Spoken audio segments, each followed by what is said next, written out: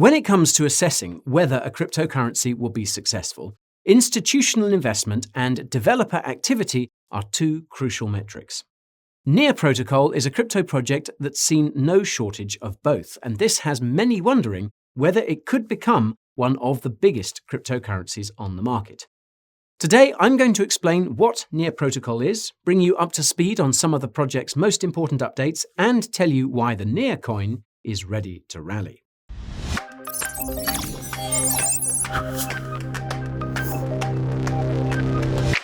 Come in close, there's something I need to disclose.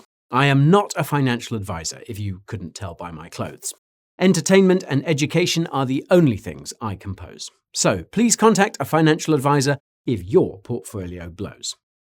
Also note that I hold Near as part of my portfolio, but I promise my bias won't show. If this is the first time you see my face, my name is Guy and I am obsessed with the crypto space. My goal is to bring you the highest quality crypto content I can possibly create. Coins, tokens, news, reviews, all filled with facts and stats that will melt your face. If this suits your taste, subscribe to the channel and ping that notification bell to make sure you find your way back to this place. If your schedule is looking tough, you can use the timestamps below to make sure you keep up. Just remember that watching until the end will make your brain buff. Okay, that's enough of the legal stuff. Let me tell you why Near Protocol is a diamond in the rough. If you're new to Near Protocol, here's what you need to know. Near Protocol was founded in 2017 by seasoned computer scientists Alexander Skidanov and Ilya Poloshukin. Near Protocol was built by Near Inc., a software company based in the United States, and its development is coordinated by the Near Foundation, a non-profit based in Switzerland. Near Protocol raised around $35 million across various ICOs between 2017 and 2020, and more recently raised hundreds of millions of dollars. More on that in a moment. Near Protocol's mainnet went live in October 2020, and it is still in development. Under the hood, Near Protocol uses a sharded proof-of-stake blockchain. Now, for those unfamiliar, sharding involves dividing a blockchain into different parts, called shards, to allow for transactions to be processed in parallel, resulting in more transactions per second. Near Protocol currently has 4 shards, each of which can process around 1,000 transactions per second. This means Near Protocol can currently process around 4,000 transactions per second. Near Protocol's 4 shards are secured by 100 validator nodes, and though there is technically no minimum stake, a validator must currently stake over $1.8 million of Near to become an active validator that produces blocks and earns rewards. Luckily, delegation is possible with no minimum stake. Staking rewards are currently around 10% for both validators and delegators, and delegation can easily be done using the Near wallet. Note that misbehaving validators see their stakes redistributed to other validator nodes. Besides staking, Near is used to pay for transaction fees, which are burned unless the transaction involves a smart contract, in which case 30% of the fee goes to the smart contract creator and the remaining 70% is burned. Now, this creates a huge incentive for crypto developers to build on Near Protocol. Fun fact, nearly every wallet on Near Protocol is actually a smart contract, and this makes it possible to create more elaborate decentralized applications where you can do things like, say, lend your wallet to someone else or even sell your wallet to someone else on a decentralized exchange. There are over 500 projects building on Near Protocol, and its DeFi protocols currently hold over $500 million and counting in total value locked. Now, that's not much compared with other smart contract cryptocurrencies, and that's because most of Near Protocol's DeFi activity is taking place on Aurora, a smart contract layer that leverages the Ethereum virtual machine. Aurora's DeFi protocols currently hold over $1 billion in total value locked, and unlike other EVM-compatible layers and chains, many of Aurora's top DeFi protocols are original and not just copies of popular DeFi protocols on Ethereum. Although Near Protocol has recently surged in popularity, this wasn't always the case, and I predicted that Near Protocol would become popular when I last covered the project. You can check out that video using the link in the description. Anyways, it's only been about 4 months since I last covered NEAR, but a lot has happened since then. Around the time that video went live, the NEAR Foundation launched the 1000 Teachers Program, with the goal of training 1 million developers to onboard 1 billion users over the next few years. Shortly afterwards, the NEAR Foundation announced NEAR Meet, a quote, global program for local and regional meetup events, and specified that it intends to have at least 100 NEAR Meet events around the world every month by the end of 2022. The very next day, the NEAR Foundation announced that a former executive of USDC issuer Circle had been appointed as its CEO. NEAR Protocol even announced a partnership with Terra to bring its UST stablecoin to Aurora, and the news caused the NEAR coin to pump. In early January this year, NEAR Protocol announced that it would be increasing the number of validators on its blockchain from 60 to 100, thereby increasing the project's decentralization. A report also found that development on NEAR Protocol has been exponential, and you can find out what else it said by checking out my video about it using the link in the description. I digress.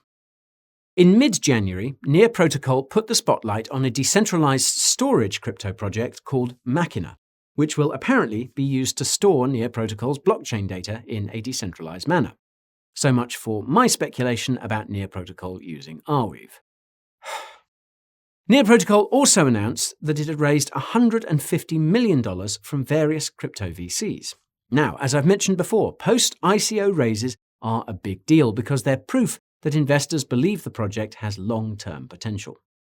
In February, NEAR Protocol co-founder Ilya Polosukhin announced the launch of a Web3 project incubator called Pagoda at the ETH Denver conference.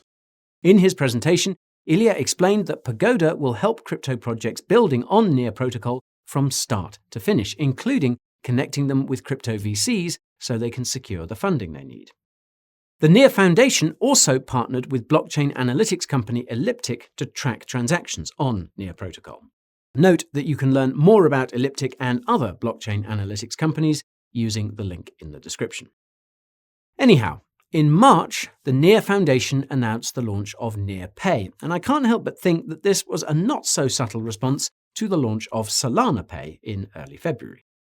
As far as I can tell, the biggest difference between NEAR Pay and Solana Pay is that NEAR Pay comes with a physical card, and its widget for online merchants is already available in 56 countries. The NEAR Foundation also issued an official response to Russia's invasion of Ukraine.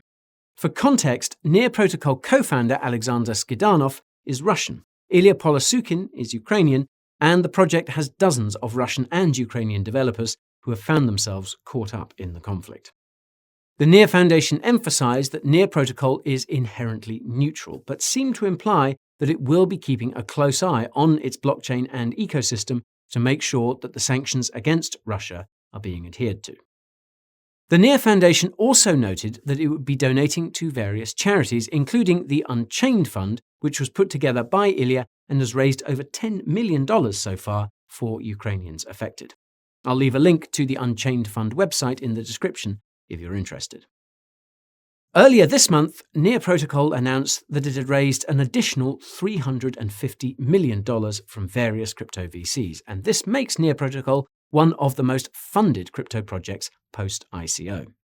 Now, if that wasn't crazy enough, Digital Currency Group CEO Barry Silbert revealed that NEAR is the company's third largest crypto holding after BTC and ETH. For context, Digital Currency Group is one of the largest crypto companies out there and happens to own both Grayscale and CoinDesk. The same day Barry made the big reveal, a crypto analyst named Zoran Kole published a Substack article claiming that a NEAR Protocol project called Ref Finance will be releasing a decentralized stablecoin called USN, which will reportedly offer an annual yield comparable to Terra's Anchor protocol, meaning 20%. Depending on when you watch this video, it's possible that the USN stablecoin has been released already, and I'll be doing a deeper dive into USN, Ref Finance, and other top NEAR Protocol projects when I get around to making a video tutorial for its ecosystem, so stay tuned for that. One of the projects I'll probably be covering is Sweatcoin, a move-to-earn crypto project which partnered with the NEAR Foundation just over a week ago, and that's eerily similar to Solana's Steppen. According to the Sweat Economy website, the Sweatcoin app has over 60 million downloads, and I can confirm that it has seen more than 10 million downloads for Android devices alone. What's more is that the Sweat token won't be released until this summer, so if you missed out on Solana's Steppen, this could be an interesting opportunity. Not financial advice, of course. And speaking of Solana, you can find out what that project has been up to lately using the link in the description. Anywho, Near Protocol's partnerships, announcements, and developments have taken Near on a predictable tear. In fact, Near is one of the only cryptocurrencies that has continued to pump despite the recent crypto market downturn, albeit in a fairly modest manner. What makes Near's pump even more impressive is that Near's circulating supply has actually increased by over 100 million, according to both CoinMarketCap's and CoinGecko's historical data. This makes sense because Near has one of the most aggressive vesting schedules of any cryptocurrency, though the steepest part of the vesting curve ended late last year. Assuming an average price of $12 per Near, this works out to over $1.2 billion of potential sell pressure. With an ICO price ranging from 4 to 40 cents, I reckon it's likely that a substantial amount of Near's new circulating supply was sold. The fact that Near continued to climb despite all this new supply means there must have been as much or more demand for Near. Near Protocol's on-chain metrics certainly suggest this is the case, and here are a few of those statistics. When I last covered Near Protocol in December, there were around 1.7 million unique wallet addresses. Today, there are around 6 million. That's a more than 3x increase, but it pales in comparison to Aurora's wallet address growth. Back in December, Aurora had just 45,000 unique wallet addresses. Today, Aurora has more than 350,000 unique wallet addresses, an increase of almost 8x. Now, some of you may have noticed earlier that the total value locked on both Near protocols and Aurora's DeFi protocols had gone parabolic since December as well, with an increase of almost 5x and almost 10x respectively. As a cherry on top, the number of daily transactions on Near protocol has consistently been more than double what it was back in December, and the daily transaction trend is as clear as day. It's still going up. This might have something to do with the fact that the number of projects building on Near protocol has also more than doubled since December, and it's more than tripled if you count the 100+ projects that are building on Aurora. The best part is that Near protocol's market cap is still in the medium range, meaning it still has lots of room to grow. To put things into perspective, Near would have to triple in price for Near protocol to crack the top 10, and I reckon that's a reasonable target if we don't enter a bear market. If you want to know which cryptos are the best to hold when the bear market inevitably comes around, you can check out my video about that using the link in the description. Now, whether Near Protocol becomes a top 10 cryptocurrency ultimately depends on its upcoming milestones. Near Protocol's official roadmap can be found on its governance forum, and it's actually the same one I discussed in my last video about the project. As such, I'll just repeat what I believe to be the most important of the milestones mentioned in the roadmap, and that's dynamic resharding, which is expected to be implemented before the end of the year. Dynamic resharding will make it possible for Near Protocol to automatically create and destroy shards based on the demand for its blockchain. Now, the details of exactly how this works are beyond the scope of this video, but the simple explanation is that a shard will automatically split in two when too many people are using it, and shards without many users will automatically merge so that validators aren't wasting resources securing unneeded shards. In theory, dynamic resharding will make Near Protocol infinitely scalable. For the time being, however, the creation and destruction of shards is determined via validator governance in conjunction with the Near Foundation. This brings me to Near Protocol's decentralization roadmap, which was published on the project's blog in March this year. The decentralization roadmap was broken up into 4 parts, and it didn't seem to detail any actual milestones. If I put on my speculation spectacles, though, it looks like the next step in Near Protocol's decentralization is to include chunk-only producers in the project's governance. Now, the Near Protocol website specifies that it's looking to onboard between 200 and 400 chunk-only producers in the coming months. Chunk-only producers will basically help validators put blocks together without actually validating any transactions themselves. The requirements to become a chunk-only producer will therefore be much lower, as will the staking rewards. Now, additional Near protocol milestones can be found in interviews and presentations by the project's founders, Alexander Skidanov and Ilya Polosukin. In a December presentation, Ilya mentioned that Near protocol is working on private shards that can be used by institutions. Ilya also said that the project is focused on the development of protocols that will lead to mass adoption, namely social media, messaging, music video, and so on. In another December presentation, Ilya mentioned that Near protocol hopes to have 400 validators before dynamic resharding is introduced, and is also working on introducing zero-knowledge proofs for as yet unspecified purposes, but probably for privacy. I say this because Alexander and Ilya talked quite a bit about privacy in an Epicenter podcast episode in February and stated that Near protocol's endgame is to onboard 1 billion users. In an interview earlier this month, Ilya emphasized the project's focus on developing decentralized reputation protocols as well as uncensorable social media platforms. In another interview earlier this month, Ilya mentioned that Near protocol wants to create its own ecosystem of blockchains with a project called Octopus Network that's quite interesting, to say the least.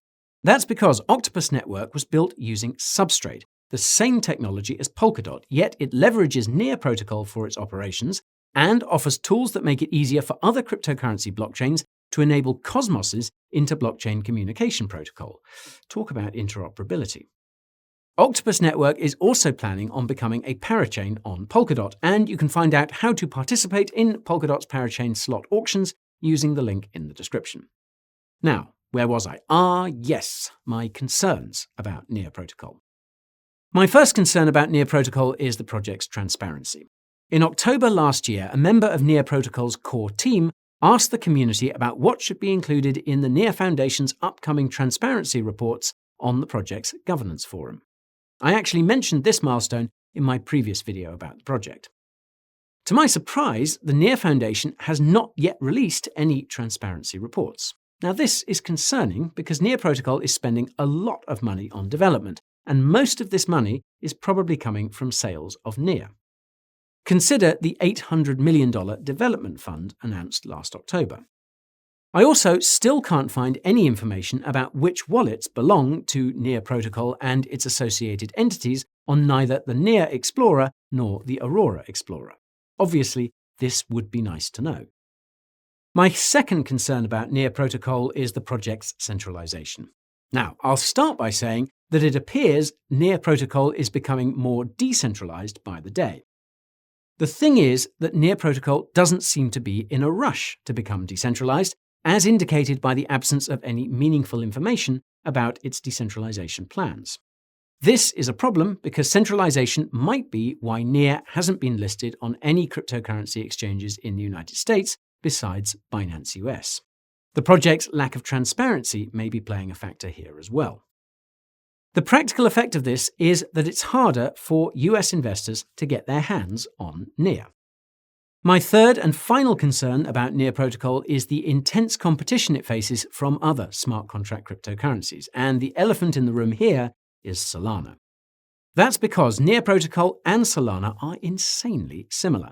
Both have seen hundreds of millions of dollars in funding. Both have big institutional backers and partnerships. They have similar architectures, they use the same coding language, the software companies that created them are based in the same city, their founders have similar backgrounds. The list goes on. Now, if you watched my aforementioned Solana update, you'll know that Solana is even in the process of releasing its own EVM-compatible smart contract layer called Neon. In short, Near protocol and Solana are fighting for the exact same share of the crypto market in terms of developers, users, and capital. It's anyone's guess as to which of the two will best the other in the long term, but for the time being, Near protocol is growing exponentially. This impressive growth is a big part of why I added Near to my portfolio. And if you want to find out how I choose cryptos and how my portfolio performed last year, you can find out using the link in the description. And that's all for today's Near Protocol update. If you enjoyed the video, smash that like button to let me know, and don't forget to subscribe to the channel and ping that notification bell before you go. If you're looking for more from the Coin Bureau, you can head on over to Coin Bureau Clips, my second channel. You can also tune into the Coin Bureau podcast while doing menial tasks. I'm active on Twitter, Instagram, and TikTok too, and have an awesome Telegram channel that keeps you up to date with the most important crypto news. If you're looking for something that will give you an extra edge in the market, subscribing to my weekly newsletter is what you should do. It contains a detailed breakdown of my current portfolio and other insights that will interest you. Last but not least, check out the Coin Bureau deals page to get discounts on all the crypto tools you need. You can find your way there and to many other places using the links in the description. As always, thank you all for watching, and I'll see you all very soon. My name is Guy, and you have been watching the Coin Bureau.